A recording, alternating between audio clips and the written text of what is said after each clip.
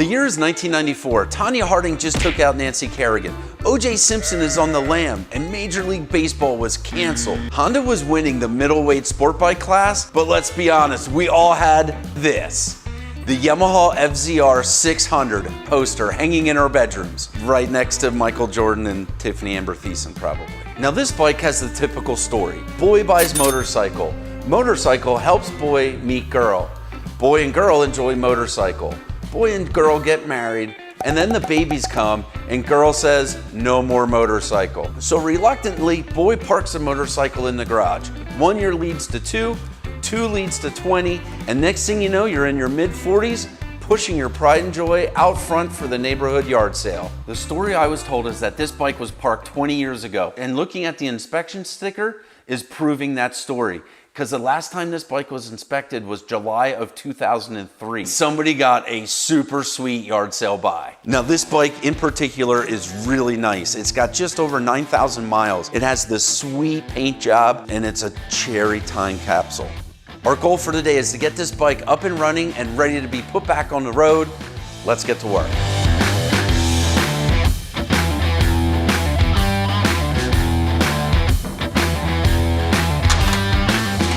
Okie dokie. All right, Craig, what you got? First step is battery's dead. In one scenario, would it be sitting for 20 years and the battery wouldn't be dead? None. Dude, this bike is awesome. First step, we're gonna pull the tank cover off, and then the tank, and then probably the airbox so we can get to the carburetors. Wow. The tank is pretty much pristine. Look, can you see that backside? Yeah.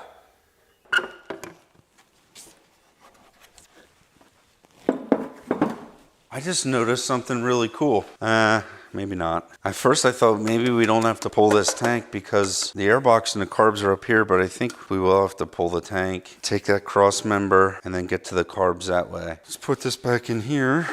Take the air filter, see what the air filter looks like. Make sure there aren't any varmint living in there.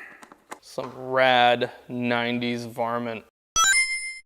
See all that stuff is all gooey and gross. There's some in there. We're gonna want to clean all that out. Next step, gonna loosen up these bands and pull the air box. Oh, that air box is already, that one's already loose. Somebody already monkeying with it? Why is that one? It's tight, the band's tight, but the clamp's loose. Somebody's been in there monkeying with it. Somebody's been monkeying. I guess I could put this up in the air a little bit. I mean, it depends on, I guess, how much you like squatting down. You trying to get a workout in? On a scale of 1 to don't talk so dumb, don't talk so dumb. You getting a workout in. So far, so good. Let's get this hose off. Okay. Oh, that slides, look. Good. Not good. Not, oh, there it goes. We got one stuck slide there. All right, we're gonna stand this up in the air. We're gonna pull the fairings off and get these carbs pulled.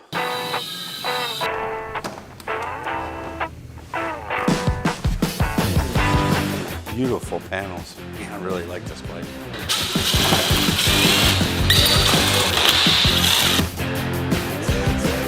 All right, Dan, what would you do next? I don't know. You trying to pull the carbs out? I see some cracking here on these intake boots. They look to be superficial, but we want to keep that in mind.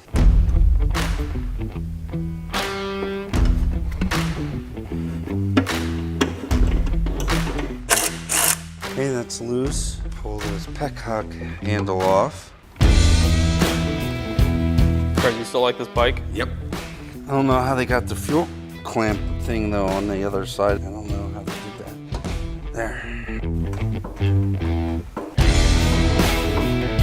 Still love it.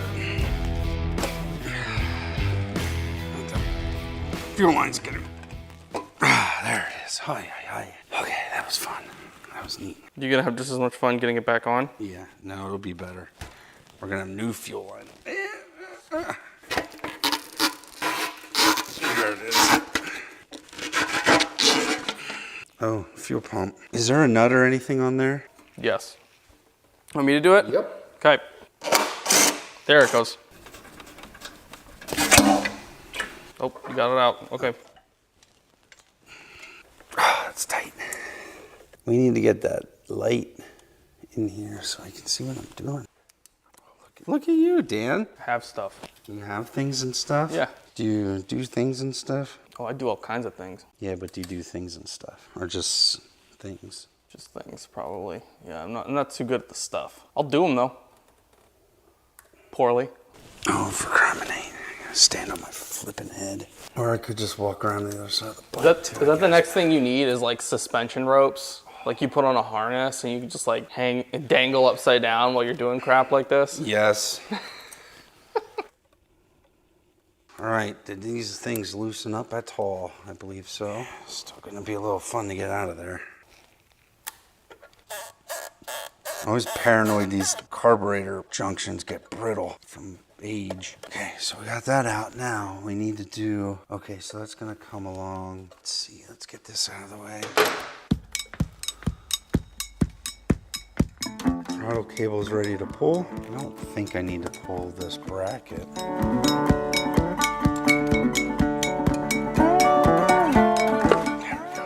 There we have a beautiful rack of carbs. Yeah, I'm loving this. Let's get this throttle cable. Take the choke cable off yet. Come on.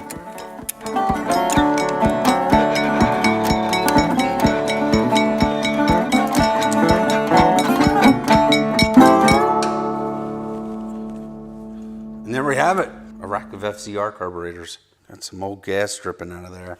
Oh, smell that. Dude, that'll clean out your sinuses. Hey. So one of the other things with this bike is it does have a slight oil leak. So I want to figure out where that's coming from, and we're going to address that as well while we have things apart. Oil is tricky. Oil is tricky to find a leak because it could be leaking here, but maybe it drips down and the wind blows it a little bit. Like, you have to really pay attention. Couldn't it be somewhere really bad, like inside the engine, and like you have to almost take the engine apart? Yeah, that would be bad. I'd forget it was leaking oil at that point. Just park it over a paper towel. Let's see. So here I see a drip of oil. If you look, I see a drip right there. And the filter is tight. So there's a plate, filter, and then this looks like a plate or something. All right, let's look at the parts book and see what's going on with that piece. 95. Oil pump? Nope. Oil cooler? Yep. All right. Oil filter screws onto the union bolt. Number 1, they're calling it adapter plate. Number 3 is an O-ring. I'm going to say we need that O-ring. Darn it. It costs $8.95 to ship a $7.57 O-ring. Can you order some more other stuff? I think it's like $150 to get free shipping. We need a lot of O-rings. Do you need a new drill? Do I just order like another $145 worth of stuff? Because then we save almost $9. Yeah. That's like women math. That's what that is. Okay, so it's been a couple days. We put together the parts order, got everything ordered. It finally came in a day or two later. We got oil, we got air filters, we got oil filters, spark plugs, carb kits, battery, O-ring to make that filter adapter stop leaking, hopefully. Let's get through these carbs and get this bike running.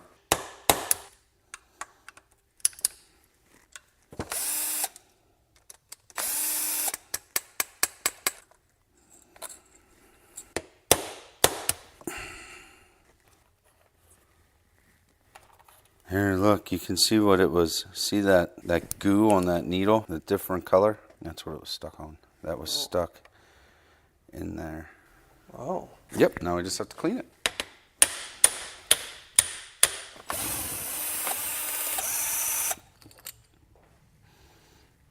Oh my, look how gooey they are. Ooh. Oh man, look at that. Look at that nonsense. Yummy. Yeah, they are gross. Boy, oh boy.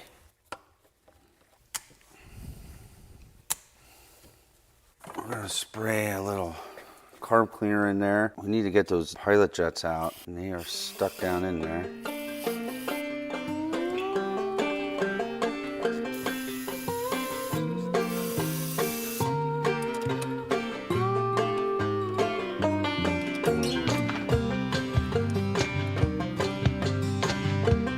Okay, we need to get this stuff More cleaner?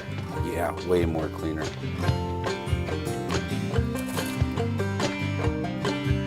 Goes in and soaking. And then those will go on top, and then we're gonna have to do a batch with those.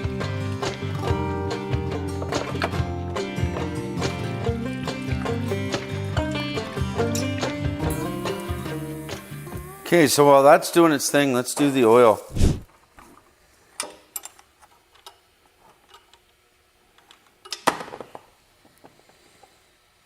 Man, that's nice clean oil. It's a shame, but it's gotta be done. Okay, so we have carb parts cleaning and soaking. We're gonna change the oil a while. I'm gonna pull that filter, and we're gonna replace that O-ring. That is the plan. And we should be good to go. Hopefully that stops the leak. Carbs should be done cooking. Buzz through them, get them all clean. Put a little oil on the new O-ring. That goes in there. A little tab gets put in the right position. That is torqued. We're gonna put all this back together. Oh boy, there's more than one sealing washer on here. It's like 5 of them. Let's take these off. We don't want extras on there. That's not good. You never want to double stack sealing washers. And this has 2, 3, 4. This had 4 of them on. Put one on, which is correct. And we're going to get the underside here really good and clean, just so we can make sure that the oil leaks are all fixed. Okay, drain plug's tight. Oil filter is on. We'll dump some oil in. 2,200 cc's. 1 liter, that's 1,000. So it's going to take 2 of these plus a little. Okay, back to carburetors. Are we looking Craig? Looking good.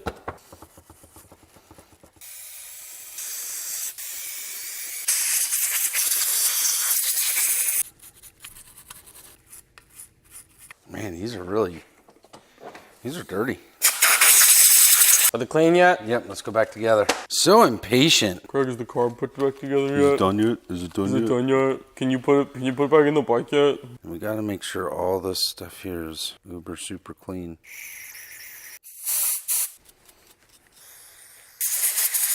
Man, these things are nasty. Still nasty. All right, we gotta let those soak a little bit yet. How are we missing a float? Are we missing a float? No, we're not. It's right over there. Oh, thank you. Craig, losing floats. Jeez. What else are you losing? My mind, apparently. Now, like most inline fours, getting the carburetors back in is a bit of a chore. But here's a tip. A little silicone spray on the intake boots and the carbs will slide right in. Hook up the throttle cables and don't forget the choke cable. And here's another pro tip. If you're having a hard time getting the airbox boots to fit over the carbs, heat them a little with a heat gun and they'll pop right on. Now, watch my soul leave my body as I realize I forgot to hook up the choke cable and I need to do this all over again. All right, so we have clean carburetors, airboxes on, clean oil filter, new O-ring for the oil filter base plate, new fuel filter, new battery. Let's turn the key on. See what happens. Fuel pump. What was that? That was the fuel pump. Oh, it was supposed to do that? Yep. No leaks, no drips. All right. Let's see if this thing will fire up. Fuel pump. Where would the choke be? Oh, right here. Oh my gosh. What? What'd you do? I didn't hook up the choke. All right, we're gonna see if it starts anyway. All right, here we go.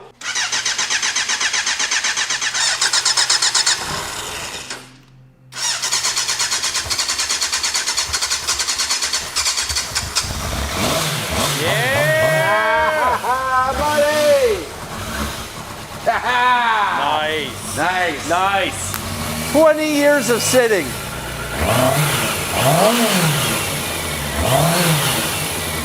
Just gonna let it warm up a little bit. We're gonna sink those carburetors.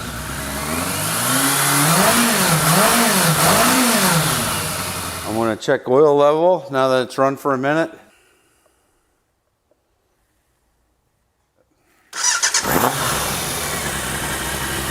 Got my new DigiSync here. I mean, we're really about spot on here. 62, 60. I don't know how much closer we're gonna get than that. Maybe a little high on the idle. Idle's probably supposed to be right around 1100-ish.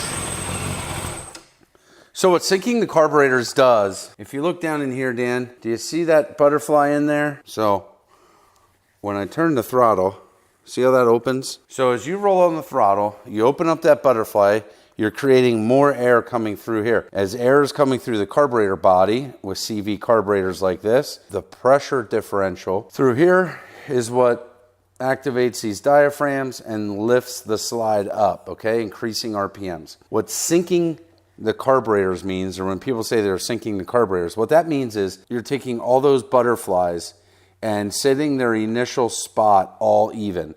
So not that you have one here, and then your next one's here, and then here, and then here. It lines all the butterflies up so that the carb is nice and smooth on acceleration, and everything is working in unison. So it actually reads a vacuum. If you look on this bike here, I have these lines running from my sink, and they're actually running here to these little adapters I put on the intake manifold. And then the hose goes onto that, goes into the DigiSync, and then that is checking the pressures and making sure all the vacuum's the same. That's going to tell you that your butterflies are all set equally and you're ready to go. And then the way you sync it is, one is your base. One carburetor is going to be your base carb, and you sync the other carburetors to that base carb. And they're generally little screws, like this one here is underneath. So there's actually a screw in under here. I don't know, you can't really see my finger, but you can see that plate with the spring, and there's a screw, so it'll sync this one. Right here's a sync, and then there's one here. So 4 carburetors, 3 sync screws, because one's your base. And that's pretty much how you sync a carburetor.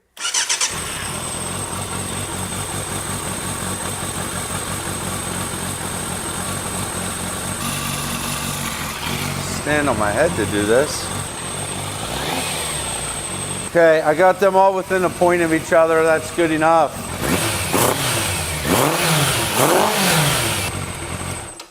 I'm gonna finish getting this thing buttoned up, and then we gotta put the plastics on and take it for a ride.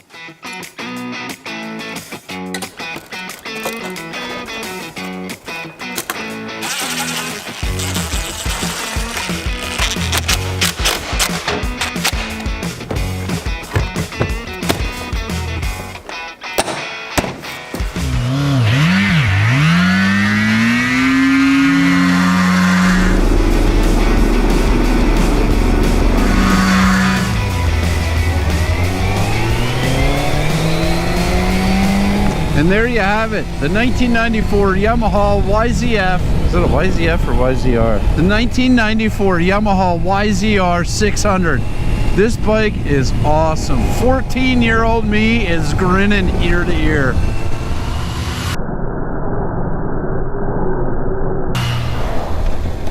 Oh, ran over the GoPro. Finally got a chance to ride one of my favorite bikes of all time. This guy found this bike at a garage sale, and it is sitting for 20 years. A fresh battery, a carb clean, an oil change. This thing's ready to go. And of course, still need to fix the brakes and change the tires and do some of that stuff. Man, what a fantastic bike. And there you have it, guys. Just one more fantastic motorcycle that's back on the road again. I love this bike. This thing is so cool. And there you have it, guys. After 29 years, I finally got to ride that bike that I had the poster hanging on my bedroom wall when I was just a kid. Oh, I'm excited. This thing is awesome. Thanks for watching. Don't forget to subscribe. Check out one of these 2 videos right here. I know you're gonna love them. I wonder if they'll sell this thing.